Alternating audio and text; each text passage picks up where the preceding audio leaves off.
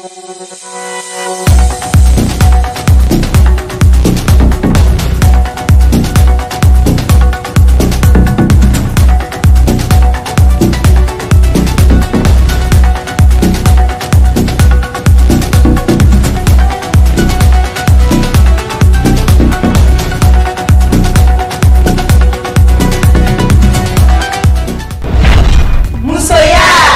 comprendre la femme. Afrique, berceau de l'humanité, et pourtant nous sommes encore plusieurs à croire que notre civilisation ne serait qu'orale et qu'avec nous, nous avons très peu de contributions scientifiques et technologiques à avoir apportées au monde. Afrique et droits humains, féminisme, tradition africaine, seraient-ils en contradiction? Ça, c'est les questions majeures auxquelles nous allons essayer de répondre ce soir en votre numéro spécial Moussoya, qui reçoit une éminence, quelqu'un quand même qui fait la fierté de l'Afrique, des Kamites. J'ai nommé M. Nyosire Kalala Omotumbe. Ça va? Ça va très bien. Vous allez bien? Ah oui, je suis vraiment très content d'être au Mali, au TEP, justement. C'est très important de prendre les vibrations du pays et puis aussi de les porter à bras-le-corps. Ça, c'est important. Nous sommes très, très honorés de vous avoir. Et c'est vrai que vous avez essayé de joindre l'utile à l'agréable. J'ai compris que vous avez un bon chef de famille, un bon Africain, un bon père. Vous avez voulu faire une petite tournée avec vos enfants, votre épouse, la famille. Et vous avez fait Cotonou, Dakar. Voilà, et maintenant, c'est Bamako qui vous reçoit. C'était important parce que, en fait, moi, j'ai besoin de discuter avec les gens. J'ai besoin de discuter avec les gens parce que, déjà, il faut savoir que moi, ce qui m'intéresse, c'est le développement stratégique. Et la chose, c'est de permettre aux gens de voir le potentiel qu'il y a en eux. Et à partir des réalités qui sont les leurs, ben, comment ils peuvent s'upgrader. Parce que l'enjeu, ce n'est pas la connaissance pour la connaissance, l'histoire pour l'histoire, c'est le principe de gradation de l'individu.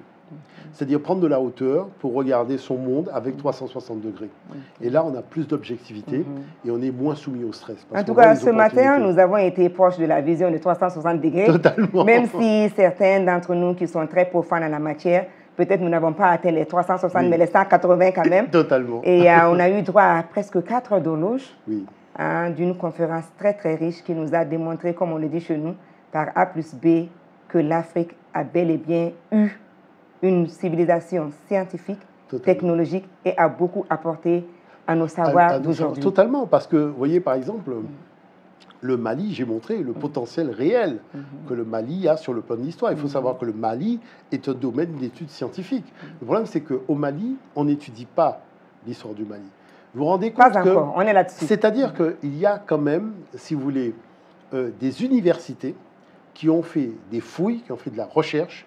On a trouvé, par exemple, que la céramique du Mali devance de 2000 ans la céramique de Mésopotamie. On a vu que... De 2000 ans. De 2000 ans. Les premiers humains qui ont bâti des civilisations au Mali remontent à 12 000 ans. Et que par le chiffre 1, qui est le harpon, on retrouve le harpon le long du fleuve Niger, donc dans la région. Mais ce harpon, quand il va repartir vers l'Égypte, ça va donner le chiffre 1. Et le chiffre 1... Regardez, jusqu'à aujourd'hui, quand vous faites donc, on peut prendre la paternité du chiffre 1. C'est-à-dire, regardez, jusqu'à aujourd'hui, quand vous faites le chiffre 1, on fait un harpon. Tout à fait. C'est pour ça que je dis, attention. On dit souvent que de l'Égypte, il y a eu des connaissances qui se sont diffusées en Afrique. Mais il ne faut pas oublier quand même qu'à la base, il y a eu l'Afrique. On ne pourra pas refaire malheureusement la conférence de ce matin. Mais c'est important que les gens sachent qu'il y a des documents là-dessus. Yes. Il y a des études scientifiques. Moi, j'ai montré les documents, les études scientifiques.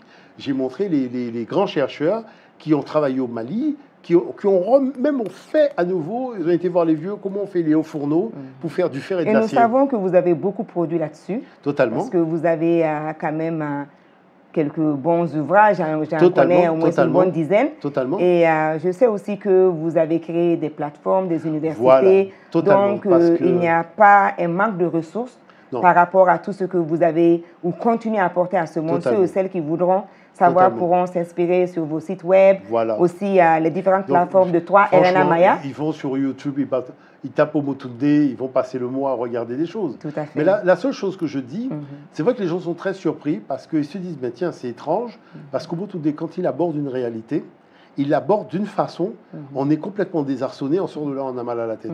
Non, c'est une question de paradigme. C'est-à-dire que cette réalité, si vous l'abordez avec un paradigme étranger à votre culture, eh bien, vous dites des choses qui n'ont pas de saveur.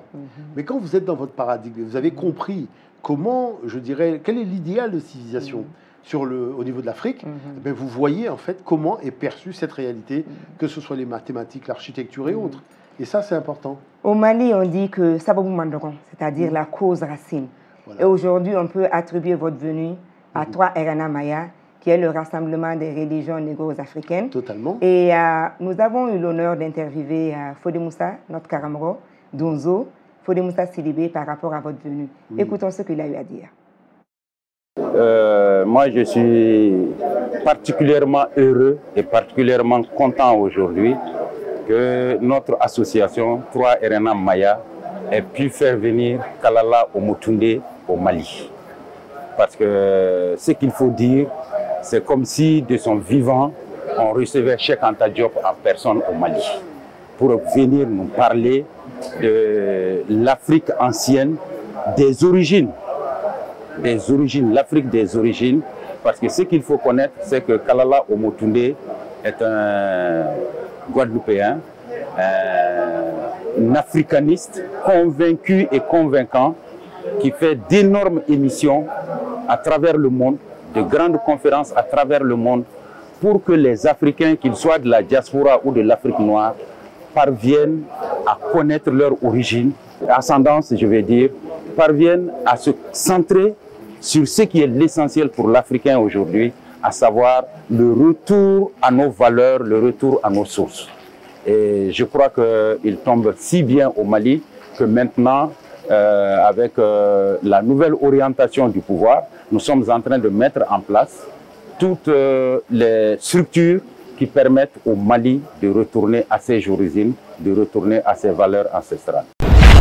Moussoya, mieux comprendre la femme. Ama Mousso femme ça. Karamoro Fodé Moussa, dans Soroiniko, on te remercie beaucoup. Alors, héritier, nouvelle génération, Cheikh Anta Diop, c'est pas le rapporter comme héritage? C'est totalement ça. C'est-à-dire, il faut savoir que Diop, c'est vraiment la grande sommité, le grand guide. Il nous a tracé une route et il est arrivé à un rond-point. Il a dit maintenant, choisissez votre direction. Parce que cela doit servir à quelque chose. Les fondations sont là, bâtissez l'immeuble. Et donc, à partir du moment où on arrive dans une réalité où on commence directement avec le paradigme africain, on se rend compte que on découvre des choses qui sont de l'univers de la science, mais dans tous les domaines. Et c'est ça qui est déroutant. Et donc, à partir de ce moment-là, c'est d'arriver à faire comprendre ça dans une méthode pédagogique simple, avec une méthodologie que ce que vous pensiez que la réalité était, c'est pas ça du tout. Quand vous avez abordé tel sujet en cours, c'est pas ça du tout. La chose, c'est que l'Afrique a un cadre de réflexion qui est atypique. C'est-à-dire sa réflexion, elle est comparable à aucune autre forme de réflexion. Justement, on a autant cette richesse. On sait qu'on est le berceau de l'humanité. Jusque-là, les preuves scientifiques, toutes reviennent en Afrique. Alors, comment expliquer tout ce retard?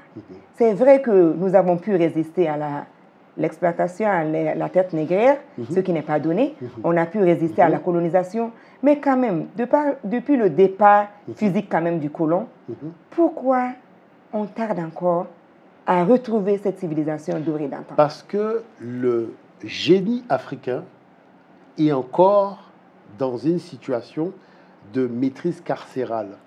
Ce n'est pas le fait de connaître les mathématiques, c'est comment libérer le génie africain d'un enfant à travers l'apprentissage des mathématiques.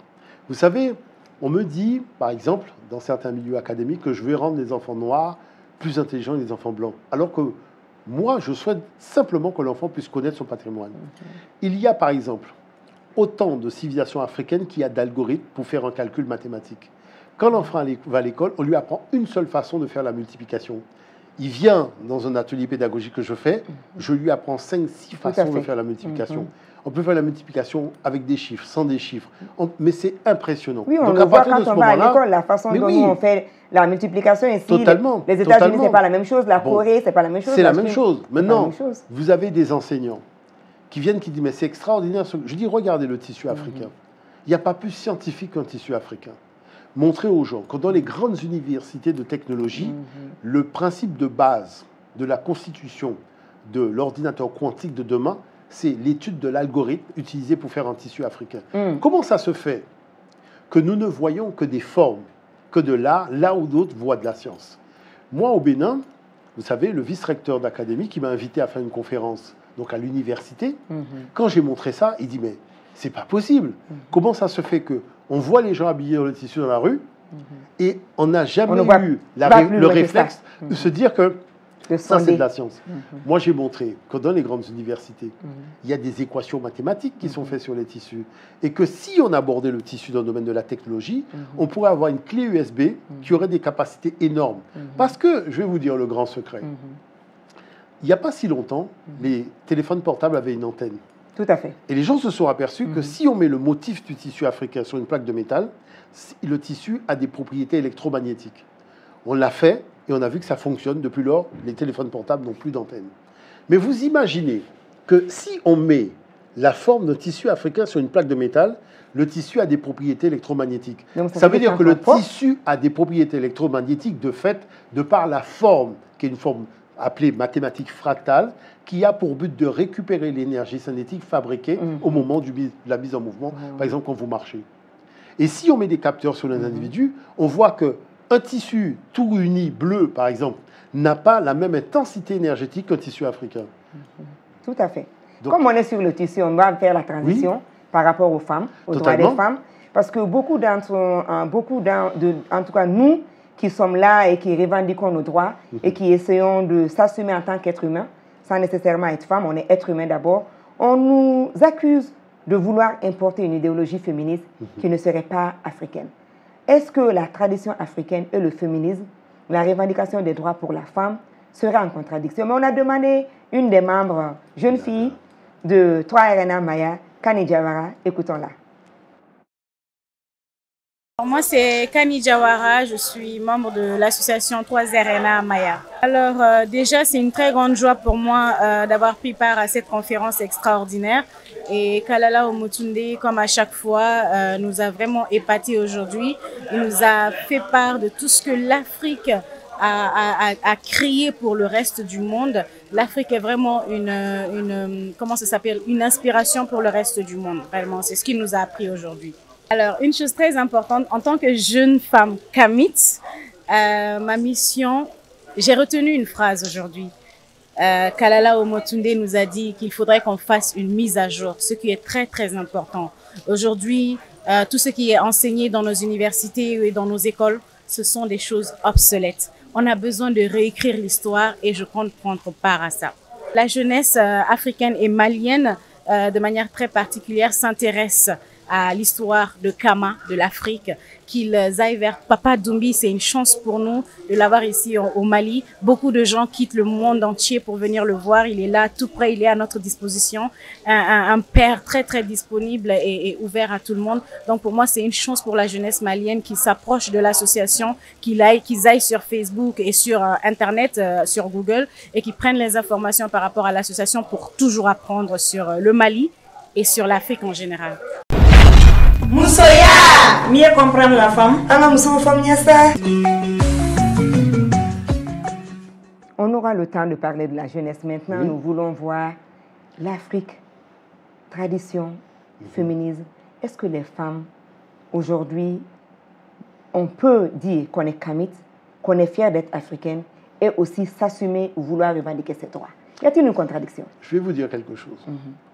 Moi, c'est un sujet que j'aborde dans notre antique tradition. D'accord? Parce que c'est vrai que j'ai eu l'occasion de participer à une émission, puisque la jeunesse aborigène, donc d'Australie, voulait absolument m'interviewer. Et j'ai expliqué une chose qui est très simple. Nous étions dans un espace, j'ai dit, levez-vous, suivez-moi. Nous avons été à un endroit où il y avait plein d'hommes et de femmes. Et j'ai posé simplement une question très simple. Peut-on me montrer une femme qui est sortie du ventre d'un homme? Il n'y en a pas. Bon, parce que la chose, mes très chers, avant de répondre à une question, il faut déjà savoir quelle est la réponse de l'univers. Parce que l'homme est arrivé en dernier. L'univers a apporté des réponses à tout.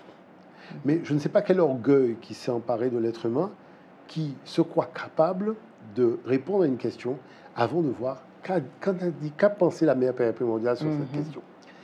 S'il n'y a pas de femmes sorties du ventre des hommes, si tous les hommes sont sortis du ventre d'une femme et toutes les femmes sont sorties du ventre d'une femme, on fait l'égalité comment?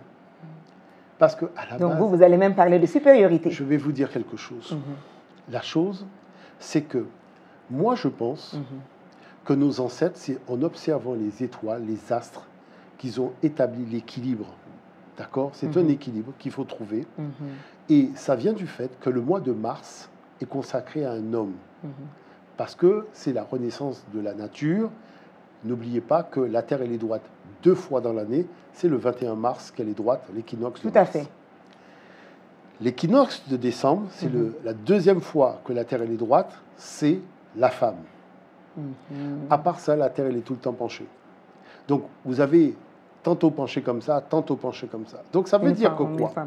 Ça veut dire que vous avez sur une pirogue un homme, une femme, qui ont réparti les poids. La pirogue, elle tangue, mais l'équilibre est maintenu, elle ne se renverse jamais et elle avance dans la vie. Voyez?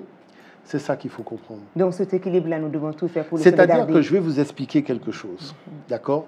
Scientifiquement, si vous voulez brancher votre ordinateur, vous avez une fiche pour le plus, une fiche pour le moins. C'est pour ça qu'on met 2 fiches. Si vous pensez qu'avec une seule fiche, ça va fonctionner, je vais vous dire une chose. La création, c'est un féminin. La nature est un féminin. Le féminin observe toutes les formes de vie. Et le féminin a la préséance parce que c'est la seule qui peut, le féminin, seulement peut démultiplier la puissance du masculin. Tout à fait.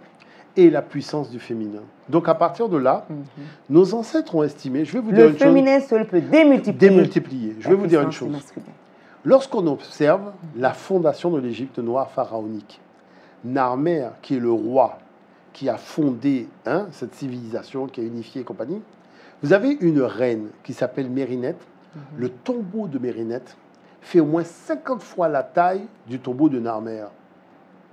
Donc normalement, on devrait se poser la question, mais qu'est-ce que cette femme-là a fait pour avoir un tombeau? Mais ça, voyez ce que je veux dire par là? Le roi ne peut pas régner sans l'énergie de Mout, qui est la grande maman, parce que c'est la générosité de la création. Alors, comment vous expliquez cette distorsion dans la compréhension de l'Africain d'aujourd'hui qui pense être supérieur? La distorsion, elle vient qu'à un moment, nous avons été impactés par des nomades patriarcaux. Et les nomades patriarcaux, qui sont sur le désert, on n'a jamais vu de texte sacré où Dieu fait le ciel et le sable, et fait quelque chose avec le sable. Il s'est avéré que ceux qui étaient sur la terre n'ont pas compris que ceux qui sont sur le sable, il n'y a pas d'agriculture sur le sable. L'agriculture, c'est sur la terre. C'est sur la terre qu'on fait de l'agriculture. Mais ils se sont laissés impacter par des gens venus de l'extérieur et qui avaient besoin de créer des équilibres chez nous pour assurer leur subsistance. Donc à partir de ce moment-là, il s'est passé que, comme nos espaces de connaissance ont été détruits, c'est le problème de l'Égypte, la connaissance, elle est partie, et on s'est retrouvé à raconter des choses qui n'ont ni queue ni tête. Vous voyez, Dieu a créé l'homme, et puis après, il tire la femme de la côte de l'homme. Je vais vous dire une chose. J'ai montré dans la conférence que nos ancêtres parlent d'un certain nombre de choses sous la forme d'une allégorie. D'accord? L'allégorie, c'est que pour que l'énergie puisse se métastaser, il faut un plus et il faut un moins. Et c'est quand le plus et le moins se rencontrent que ça crée une densité d'énergie supplémentaire, qu'on appelle avoir un enfant. Si l'homme représente l'énergie moins, comment, à partir de l'énergie moins, vous pouvez créer l'énergie plus? C'est pas possible. C'est pas possible. Donc, c'est-à-dire que les gens sont électriciens, ils voient bien comment on fabrique l'énergie, ils voient bien comment on fabrique l'électricité. Mais quand ils parlent, ils partent dans leur tradition, qui est une tradition qui vient de l'extérieur, il faut quand même ramener les choses à la raison. C'est-à-dire qu'une tradition, la nôtre, on l'analyse scientifiquement. Les religions, on les analyse aussi scientifiquement. Et quand c'est pas cohérent, on dit que c'est pas cohérent. Et quand notre tradition elle est cohérente, on dit qu'elle est cohérente pour telle et telle raison. Mais les gens voient bien que tous les schémas technologiques fonctionnent avec le plus et le moins. Donc, on n'a jamais sorti du moins le plus, et on n'a jamais sorti du plus le moins. C'est ensemble qui vont créer le plus ou le moins, c'est-à-dire un jeune homme ou une jeune femme. Donc, il faut bien comprendre que On est arrivé à un carrefour. Moi, je vais vous dire ce que je pense. Nous sommes arrivés à un carrefour, on a changé d'air. Les vibrations cosmotelluriques sont beaucoup plus puissantes puisqu'on est à l'ère du Verseau, à Pi Sec Métate. Et il y a un rééquilibrage qui se fait. Vous savez, moi, je vais vous dire une chose. Je dis toujours à mes étudiants que vous avez un joueur de football qui a fait une super frappe. Il a frappé avec sa jambe droite, il a fait une super frappe, et le ballon était directement dans la lucarne. Il va courir, il va lever son short, il va montrer les muscles de sa jambe droite. Eh ben, je vais vous dire une chose, c'est parce que c'est la jambe gauche qui a la précision. Vous comprenez? Parce que la droite n'a que la puissance. Mais la précision du tir qui fait que le ballon est parti dans la est venu de la jambe gauche. Et c'est là le discours masculin sur la femme. L'homme se trompe. Parce qu'on a... Mais vous comprenez ce que je veux dire par là? L'homme se trompe parce qu'il a oublié que dans la nature, les énergies fonctionnent par le masculin et le féminin, par le plus et le moins, parce que nos cellules fonctionnent par le plus et le moins. Mais la chose, c'est qu'il ne faut pas oublier, oui, il faut de la puissance, mais il faut canaliser cette puissance. Oui, il faut de l'énergie, mais il faut canaliser, il faut doser cette énergie. Et c'est là où on voit que le féminin, dans la création, apparaît comme le bouton qui permet de bien régler la chose pour que l'efficacité soit maximale. Wow. Ah ben c'est ça qu'il faut arriver à recréer. Donc on gagnerait beaucoup à apprendre de nos traditions, de notre histoire. Oui, totalement. Parce que là, ça va nous aider à vivre en harmonie, en toute complémentarité. Vous savez, d'autant plus que vous avez P. Séchette qui a été une femme, présidente de l'ordre des médecins au 3e millénaire de l'ère ancienne africaine. Vous avez des femmes qui ont été générales en chef de l'armée. Quand Narmer a fondé des femmes qui ont été pharaons. Mais je vais vous dire une chose. Mais Narmer, quand il a fondé l'Égypte antique, le premier ministre, c'était une femme. Si aujourd'hui vous avez l'Assemblée nationale, le ministère de ci, le ministère de ça, c'est cette femme-là qui a fondé tout ça. Et jusqu'à aujourd'hui aussi, même dans le Mali d'aujourd'hui, les femmes contribuent. On m'a fait intervenir dans le lycée agricole. Le thème de mon intervention, c'était que les jeunes hommes trouvaient que les femmes n'étaient pas à leur place dans un lycée agricole. Leur place est où alors? Mais je leur ai dit, dans la marmite? J'ai dit, mais attendez, la déesse de l'agriculture est une femme. Tout à fait. Et ici, dit, mais ici les grands agriculteurs, on leur donne le chiwara. Et le chiwara vient toujours en couple. Voilà. Le masculin et le féminin. Ils dansent toujours ensemble. Ils dansent toujours ensemble. Mais bien sûr. Oui. Donc la chose, c'est pour ça que quand elle parlait d'une mise à jour, mais c'est exactement ça. Il faut une mise à jour de la compréhension réelle de qui nous sommes. C'est-à-dire ce que c'est que en tout cas, aujourd'hui, on a eu droit à une petite mise à jour, mais ce n'est pas suffisant. Et on a eu l'opportunité d'interviewer Doubi Fakoli. Moi, en tout cas, j'en ai vraiment eu pour le temps que j'ai passé là-bas parce que c'était ma première fois d'être vraiment convaincue que nous avions eu un apport par rapport aux chiffres. Parce qu'on nous disait toujours, les chiffres qu'on utilise viennent des Arabes et on n'a pas de chiffres. On n'a pas d'alphabet, mais vous nous avez démontré. Bon, je sais aussi quand même, avec l'Éthiopie, avec l'État-Machèque, il y a des alphabets qui existent qui n'ont rien à voir. Les chiffres qu'utilisent les Occidentaux viennent de nous aussi. C'est ce que vous avez démontré aujourd'hui. Il n'y avait pas de doute dessus. En tout cas, nous, on était convaincus, plusieurs à être convaincus. Et ce que j'ai aussi aimé, c'est que vous nous avez aidés en tant que femmes à être décomplexées par rapport à certaines attitudes ou envies qu'on peut avoir, parce que vous nous avez aussi démontré que le maquillage, la féminité, les couleurs, tout venait. Tout est venu de l'Afrique. Parce qu'il faut savoir que la déesse du maquillage, c'est elle qui apporte à l'humanité la géométrie. Et cette géométrie nous a donné l'architecture. Tout à fait. Donc c'est pour ça qu'on la retrouve constamment dans tous ces domaines-là. Les châteaux. Donc voilà, les châteaux forts et compagnie. Totalement. Donc vraiment, je pense que c'est une aubaine de vous avoir. Totalement. Mais après, je vais vous demander une question peut-être un peu personnelle. Qu'est-ce qu'on doit faire pour avoir des kalalas, féminins et masculins? Parce qu'il nous faudrait avoir beaucoup de modèles comme vous, parce que seul est le combat qui nous attend par rapport à la décolonisation, par rapport au réapprentissage. Quelle que soit votre force, ça serait difficile de l'accomplir seul, surtout qu'on doit aller en pas accéléré. Totalement. Donc écoutons Doubi Fakoli, le président de 3RNA Maya, Rassemblement pour la réhabilitation des religions négro-africaines. D'abord, présenter très brièvement 3RNA Maya et son rassemblement pour la réhabilitation de la religion.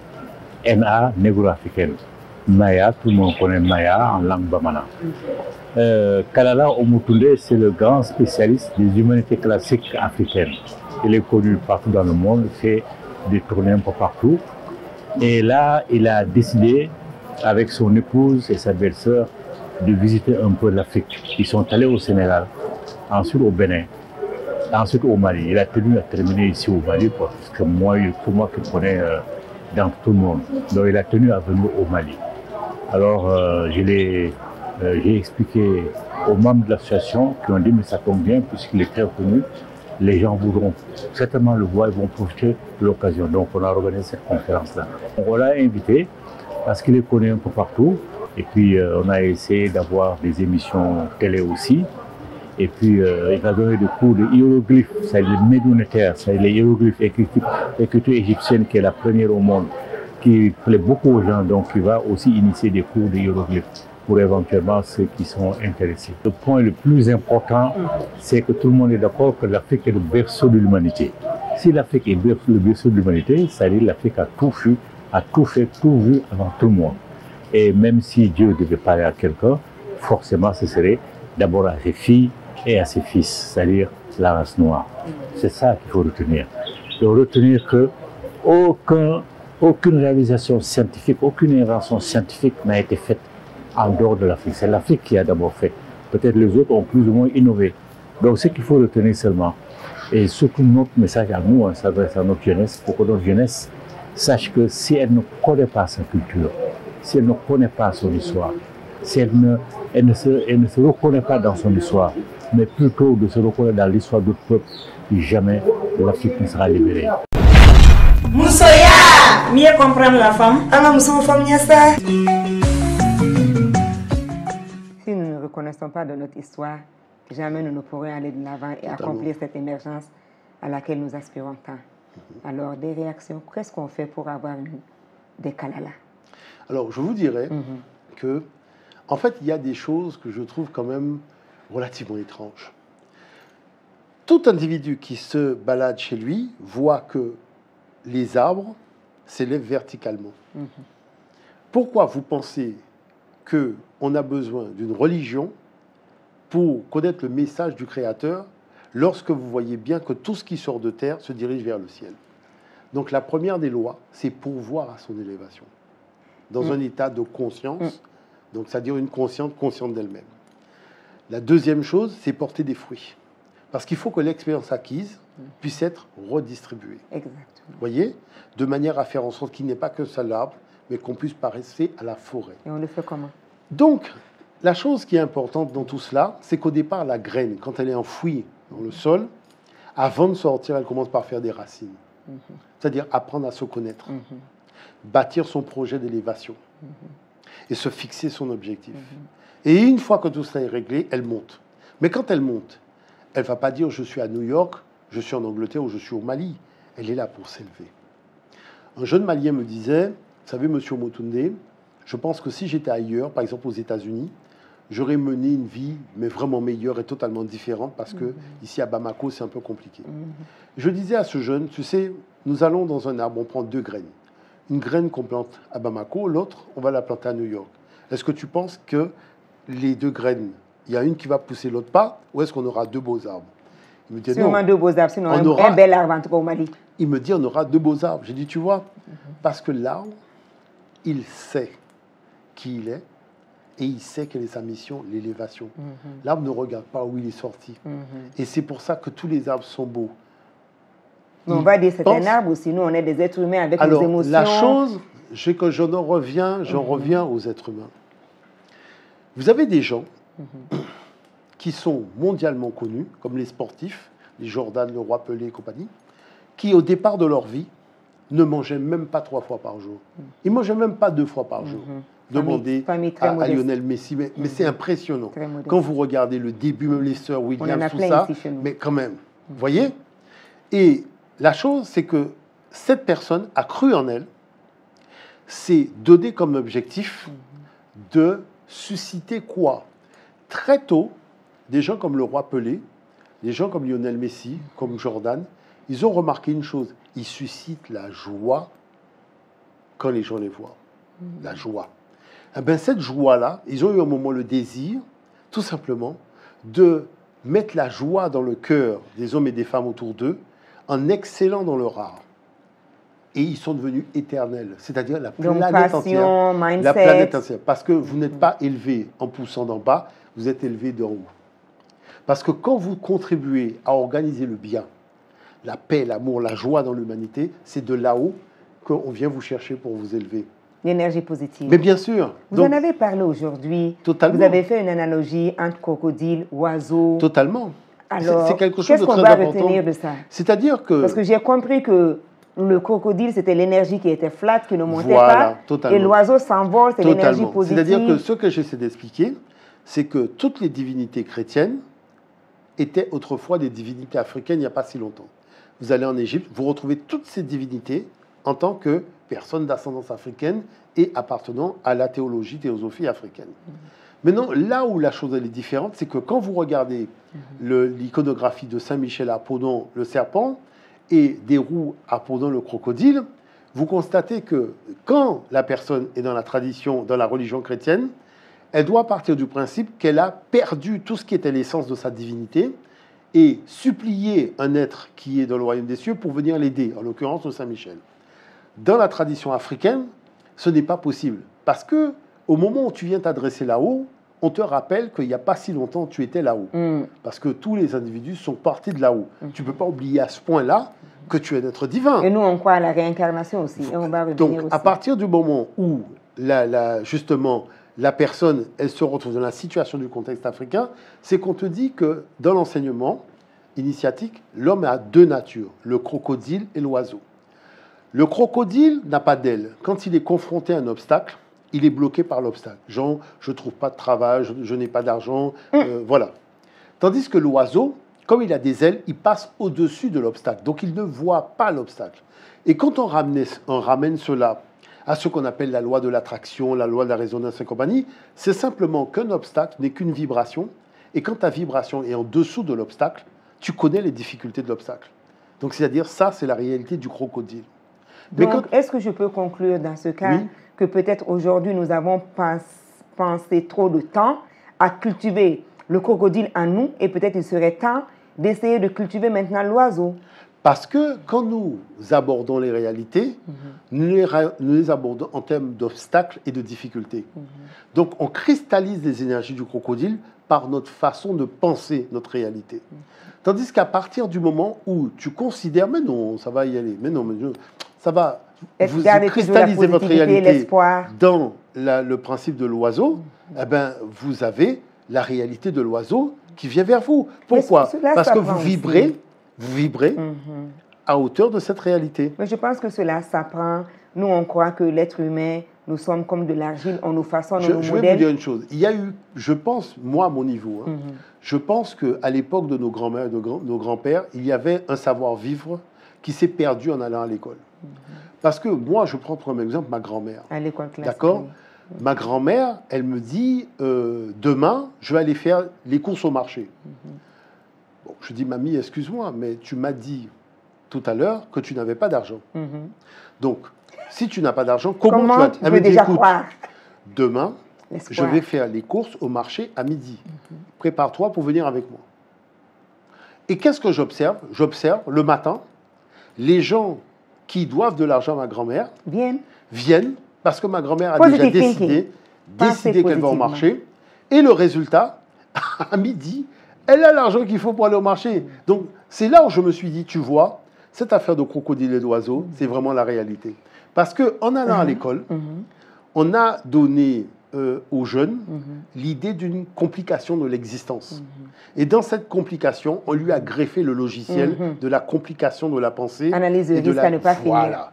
Et à partir de là, vous savez, le grand mal des sociétés occidentales, c'est quoi? C'est le stress, le doute de soi et la pensée négative. Justement, spécialiste humanité africaine classique, aujourd'hui, si nous voulons nous déconstruire, et parce qu'on pense que l'espoir est toujours permis, on veut cultiver cet oiseau-là en nous, comment on fait pour apprendre? Où est-ce qu'il y a, aujourd'hui des curricula qui sont développés, des universités? Oui, je vous dirais une chose. En fait, j'ai été reçu par le ancien ministre de l'Éducation nationale au Bénin qui m'a invité chez lui et il a parfaitement compris la chose.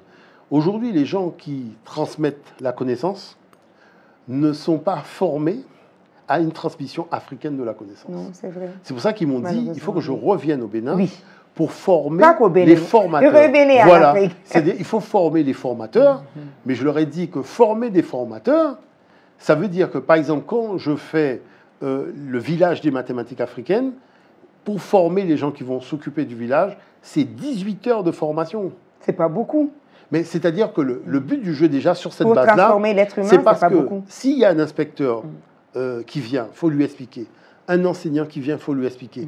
Qu'est-ce que l'Africain a compris dans le fonctionnement du cerveau d'un enfant et pourquoi nous gardons le principe pédagogique de l'Afrique dans la transmission. Donc, à partir de ce moment-là, je vais vous donner un exemple très simple. Moi, je vais seulement dire, formons beaucoup plus de formatrices que de formateurs. Oui, mais dans ces formations-là, la femme doit être le cœur, parce que c'est nous qui avons. Mais je vais vous dire quelque chose. Moi, j'interviens, j'ai vu 14 000 enfants en milieu scolaire.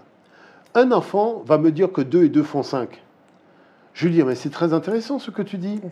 Est-ce que tu peux prendre la craie, aller au tableau et utiliser l'algorithme que je t'ai expliqué et faire la démonstration que 2 et 2 font 5. Quand vous êtes dans le système, on considère que vous avez commis une erreur.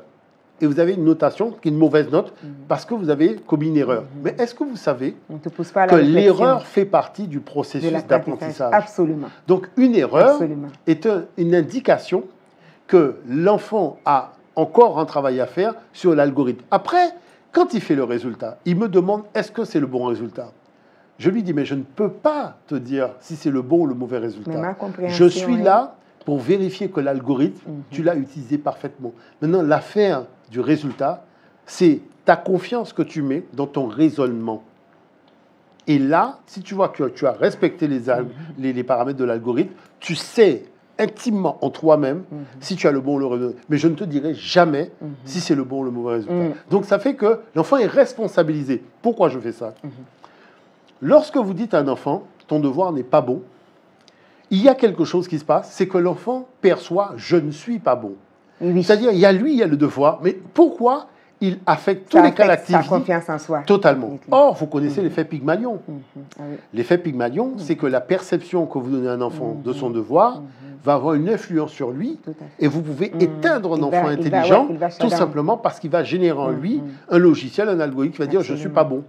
Et au lieu de dire « c'est ma production intellectuelle qui n'est pas bonne, mais ça n'a rien à voir avec moi », il y a un mélange sur tout. Donc, du coup, on voit que l'effet Pygmalion est une invention de l'Égypte antique. C'est la première fois qu'on en a parlé, c'est en Égypte. Ça veut dire que quoi? Ça veut dire que l'émulation vient du comportement de l'enseignant vis-à-vis des élèves. Et c'est là où j'ai vu que dans les grandes capitales, vous avez des écoles où les riches mettent leurs enfants. Mais le riche, il met son enfant là, il paye. Pourquoi il paye? Il met l'enfant là. Parce que son enfant soit bon ou que son enfant soit mauvais, comme c'est le principe pédagogique qui est basé sur l'effet Pygmalion, de toute façon, l'enfant sera bon. Tout à fait. Voyez? Il aura plus confiance en soi. C'est pour ça que je fais aussi des réunions d'enseignants sur l'effet Pygmalion, parce que je me rends compte que cet effet-là, qui est fondamental dans la relation du parent avec l'enfant, dans la relation de l'enseignant, même dans le management, même quand un chef d'entreprise manage ses équipes, il doit le faire dans le cadre de l'effet Pygmalion. On va prendre un peu de temps peut-être pour remercier nos milliers d'auditeurs et d'auditrices, ceux qui nous suivent à la radio, parce qu'on est en direct sur Djoliba FM 105.0 et ceux qui nous suivent aussi sur Djoliba TV News, de par le monde. On va malheureusement pas pouvoir prendre d'appel, mais on va prendre les questions qui peuvent venir via SMS ou sur Facebook. On est en direct en streaming live sur la page de Musoya, M-U-S-O-Y-A. En même temps, les SMS sont ouverts sur 223 70 30 60 30. 223 70 30 60 30. On vient de parler un peu de l'éducation, on vient de parler du défi de se déconstruire. On a parlé un peu du féminisme et comment l'Afrique traditionnaliste, l'Afrique kamite est foncièrement, profondément féministe. Maintenant, vous clôturez une tournée. Vous êtes allé à Cotonou, vous êtes allé à Dakar, vous êtes présentement à Bamako.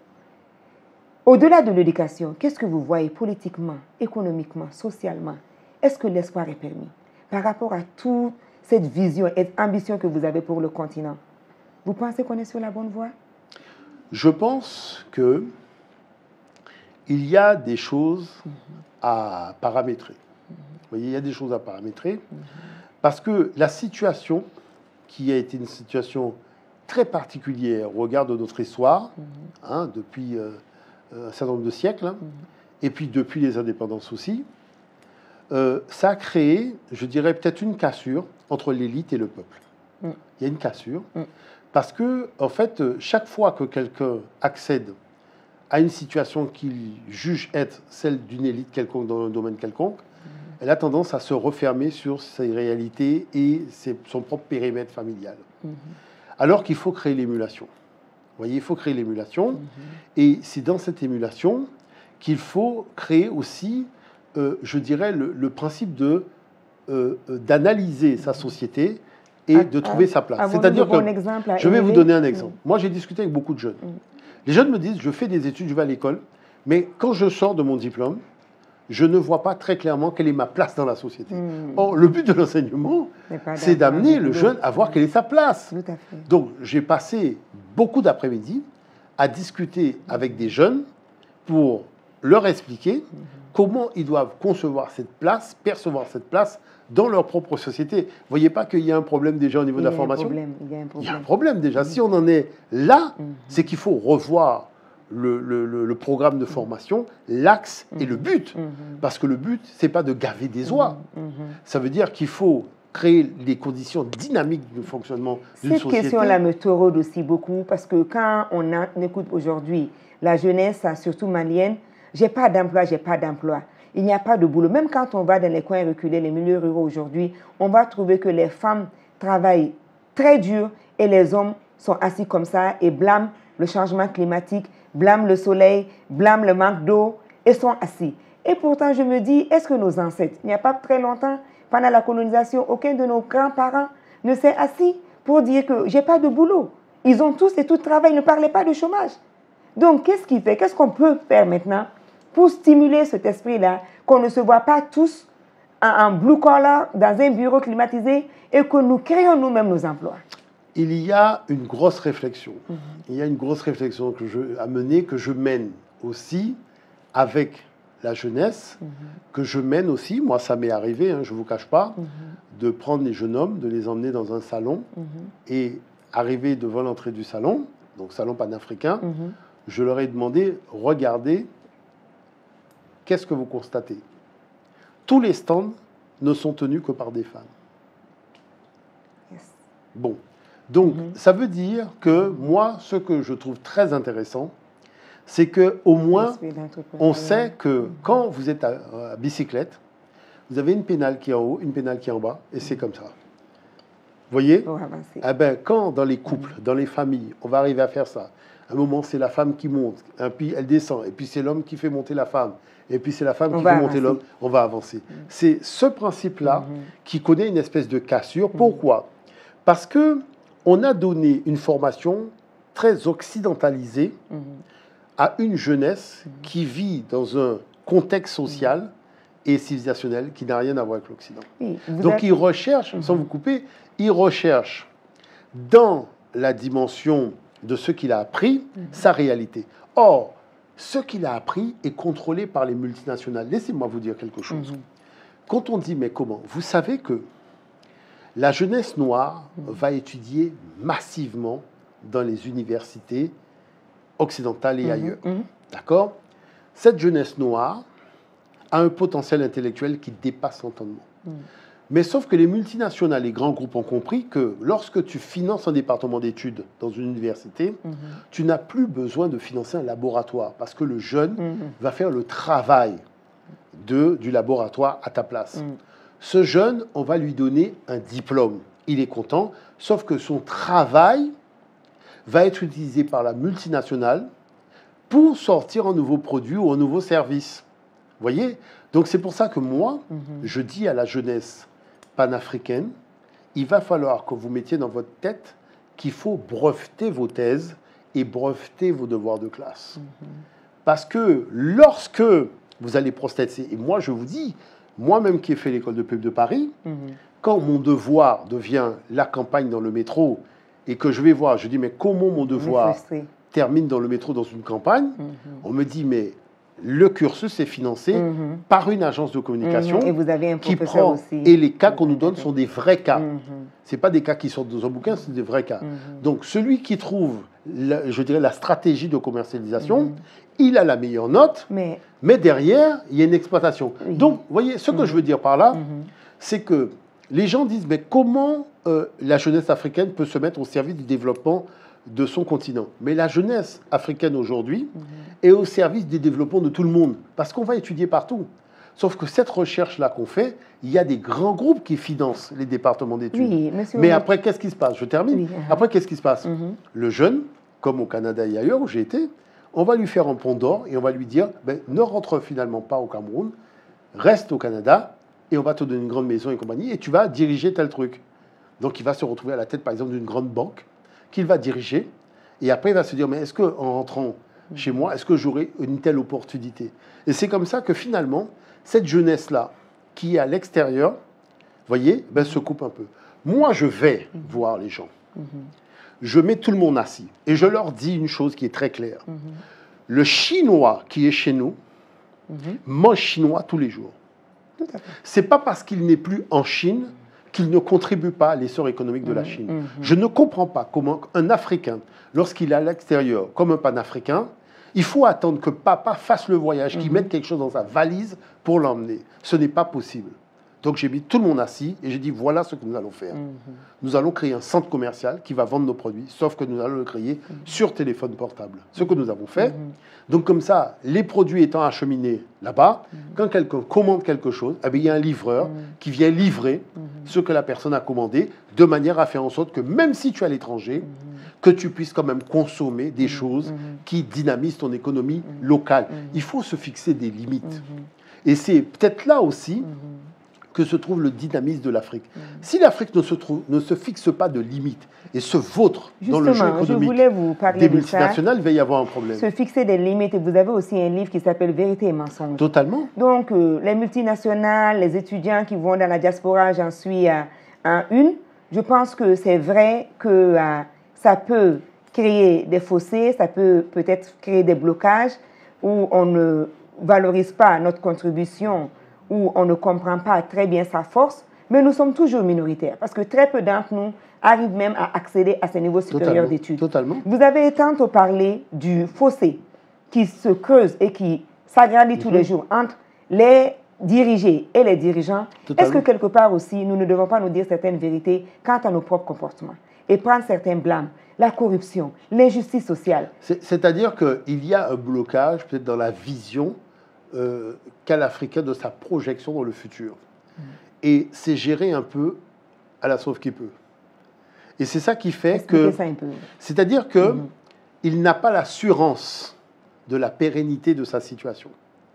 Donc celui qui est arrivé dans une position d'élite, il a tendance à tout faire, parce qu'il se dit, est-ce que ça va durer?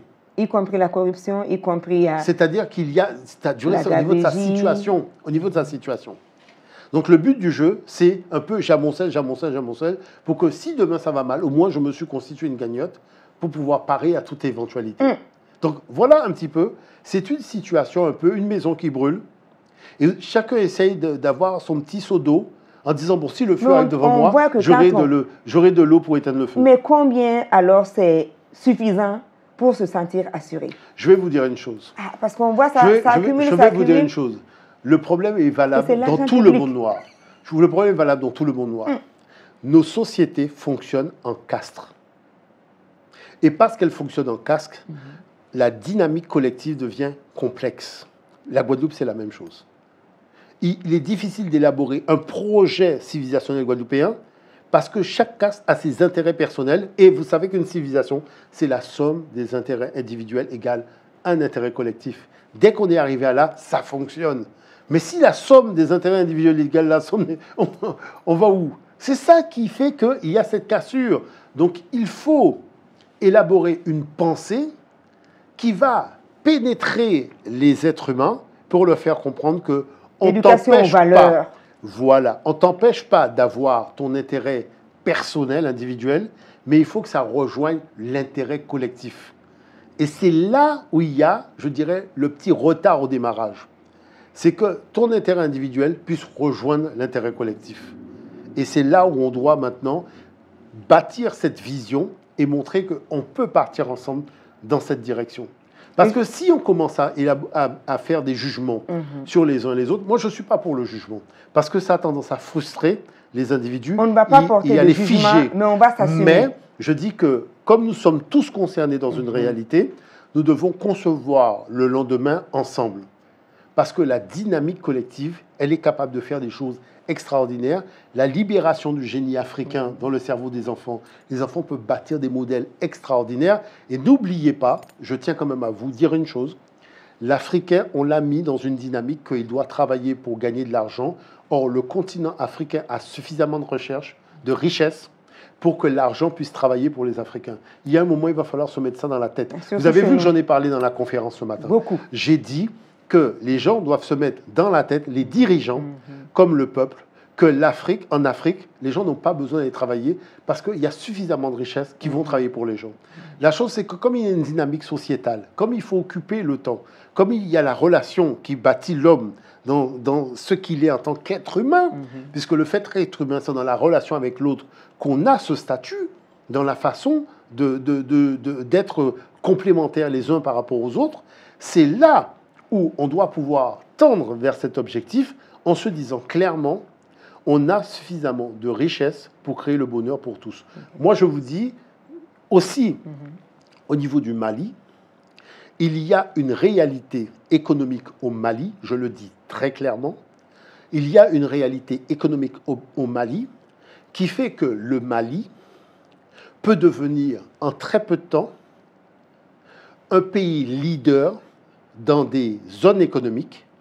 On parle de l'or au Mali. Je pense que le Mali a de l'or, mais le Mali a une chose qui est encore plus importante que l'or, c'est l'hydrogène. Parce qu'on ne sait pas stocker l'électricité, et le Mali, eh bien, il y a de l'hydrogène qui sort du sol. À partir du moment où j'essaye d'expliquer aux gens qui dirigent que nous, en Guadeloupe, le jour où on a dit qu'on allait concevoir une usine pour faire de l'hydrogène, ceux qui sont dans les sphères là-haut nous ont dit que nous sommes des Qataris qui s'ignorent. C'est-à-dire qu'on a un tel potentiel intellectuel, c'est-à-dire on sait bâtir une usine pour, à partir de l'eau, faire l'électrolyse de l'eau pour avoir de l'hydrogène, qui fait qu'on nous a dit, mais à ce niveau, parce qu'il faut savoir que la seule usine de géothermie d'Europe, elle est chez nous, elle est en Guadeloupe. Donc nous savons de quoi nous parlons.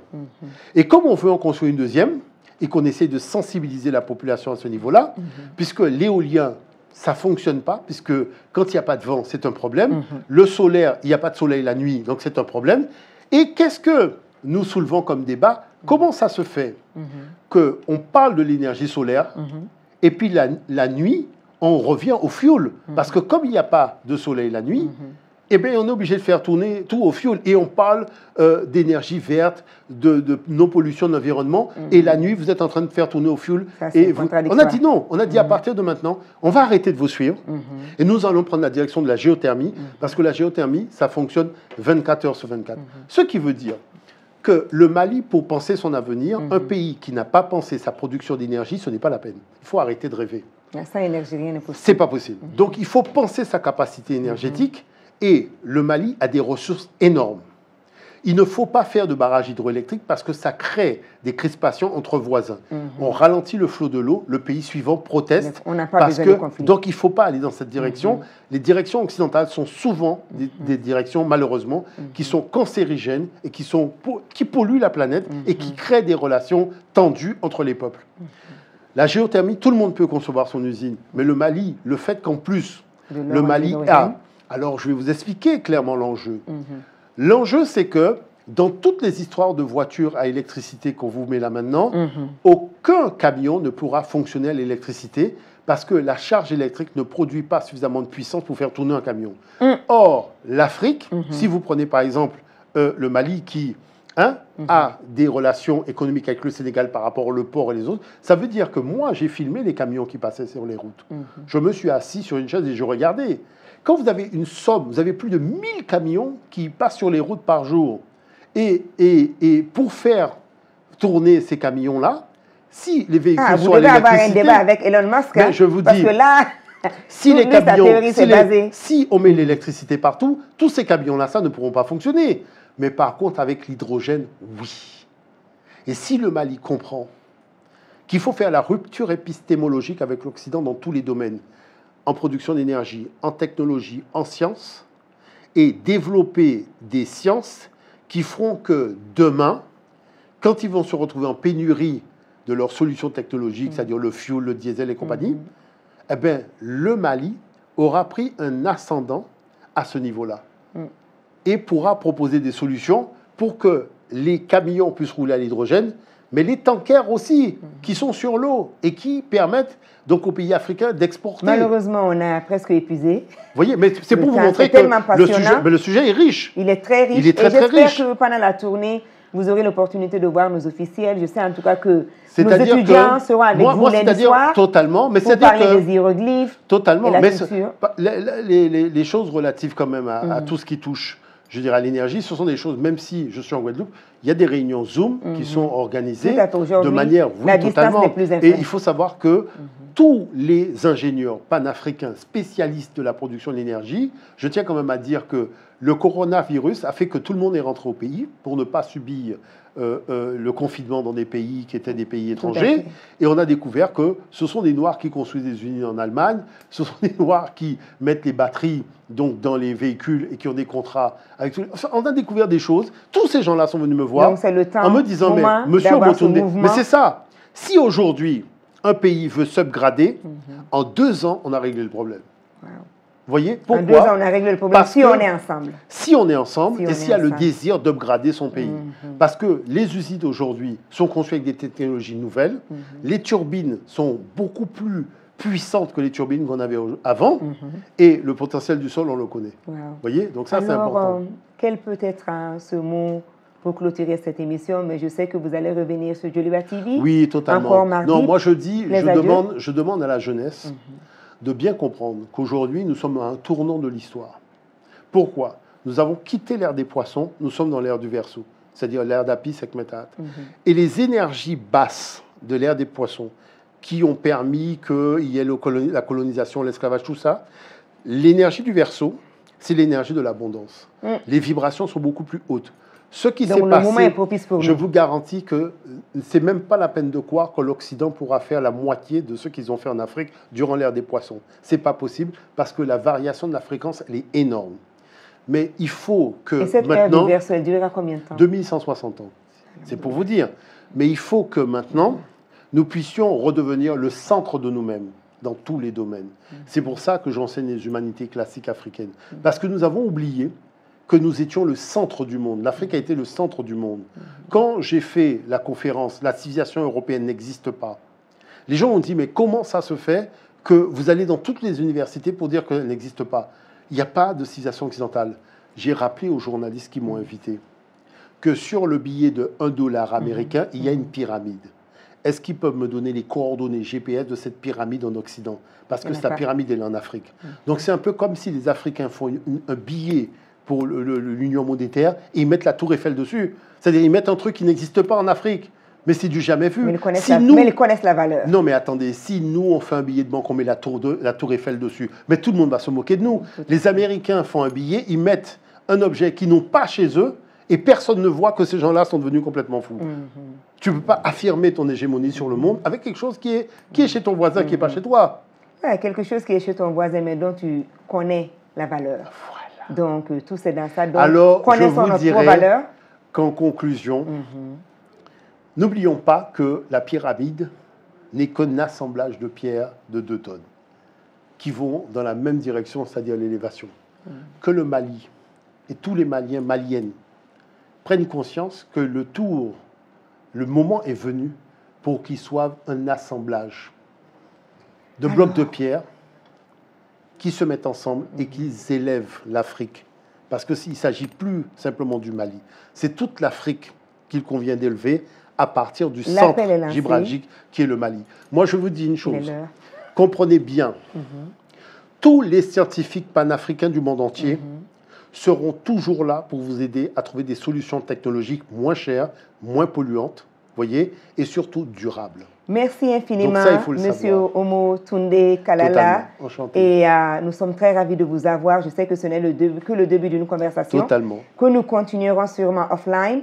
Et vous avez réitéré votre disponibilité Totalement. pour être aussi joint sur vos différentes plateformes. Totalement. Et nous allons clôturer cette émission sur cet appel pour que nous soyons en assemblage. Voilà, un assemblage. Une pyramide qui va vers là-haut. Qui va vers là-haut. J'espère que cet appel sera attendu et que nous, les femmes, nous allons prendre le devant pour être les pivots et le soubassement de cet assemblage. Est-ce que je peux dire une dernière chose? Allez-y. Dans la tradition africaine, le pluriel, c'est le féminin qui l'emporte.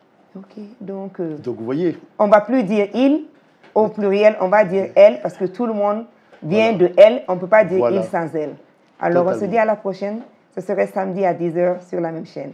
Merci infiniment.